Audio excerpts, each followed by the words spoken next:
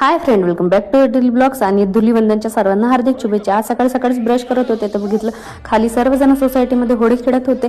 मग काय मी पण रेडी झाली आणि होळी खेळायला घेतलं. यांना ऑफिसला जायचं होतं तर आम्ही दोघांनी आधी होळी खेळून घेतली आणि श्रीजितला घेऊन खाली सोसायटीमध्ये आलो होळी खेळायला. नंतर हे श्रीजितचे फ्रेंड जे की त्याला खूप मिस करत होते होळीसाठी.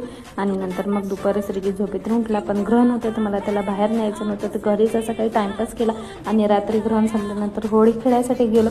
सर्वात आधी अवनीशपासून सुरुवात केली. अवनीशला छान अशी गाठी घालून दिली आणि कलर पण लावून घेतला. नंतर मग मला जायचं होतं माझ्या ताईकडे, जे की माझ्या जवळच्या सोसायटीमध्ये राहते आणि तिला पण कलर लावायचं होतं. तर मी तिला न सांगताच गेली होती आणि कलर घेऊन चुपचाप तिचं डोअरबेल वाजवली, पण मला ती बाहेरच मिळाली. आणि बाहेर मग तिला जायचं होतं एका फंक्शनला म्हणून थोडाच कलर लावून घेतला. आणि नंतर मला जायचं होतं जे की पुण्यामधलं जे तळेगाव आहे, म्हणजे की माझं माहेर, जे माझ्या माहेरचे लोक जे पुण्यामध्ये राहतात त्यांच्याकडेच मला कलर लावायला जायचं होतं. आणि सगळ्यात पहिले आलो आम्ही दादाकडे. आणि ह्या ज्या वहिनी आहे ह्या माझ्या गावाच्या नात्याने माझ्या वहिनी लागते. तर मग काय त्यांना तर कलर लावणं बनतंच आहे. तर मग छान असं तिला पण कलर लावून घेतला आणि त्यांच्या मुलीला पण लावून घेतला, गाठी पण दिली आणि मोठ्या आईला पण कलर लावून घेतला. पण मला या दीदीचा लाड करायचा होता, पण ती माझ्याकडे काही येतच नव्हती.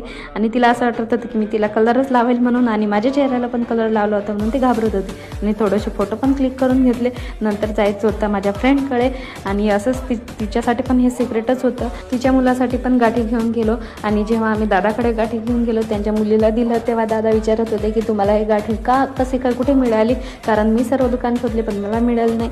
पण आम्हाला एका दुकानामध्ये मिळाली होती, कारण इथे पुण्यामध्ये होळीला कोणीच गाठी घालत नाही. पण मला गावाकडली पद्धत माहीत होती म्हणून मी गाठी शोधून आणली एका दुकानातून आणि सर्व मुलांना जे माझ्या ओळखीचे एक दोघा तिघाला घालून पण दिली. आणि होळीमध्ये पण पूजेसाठी नेली होती. आणि इकडे कोणीच गाठी घेत नाही, कारण सर्वजण इकडे गुढी पाडवायला गाठी घेतात.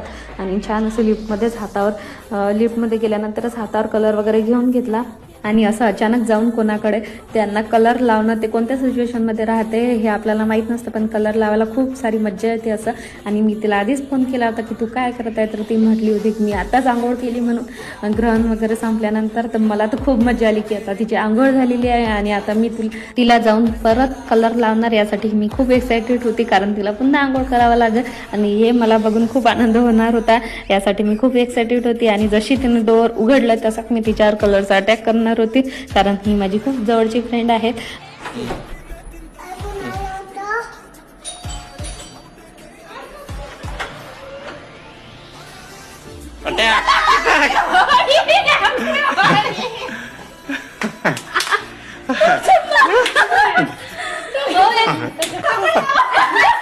इकडे दादा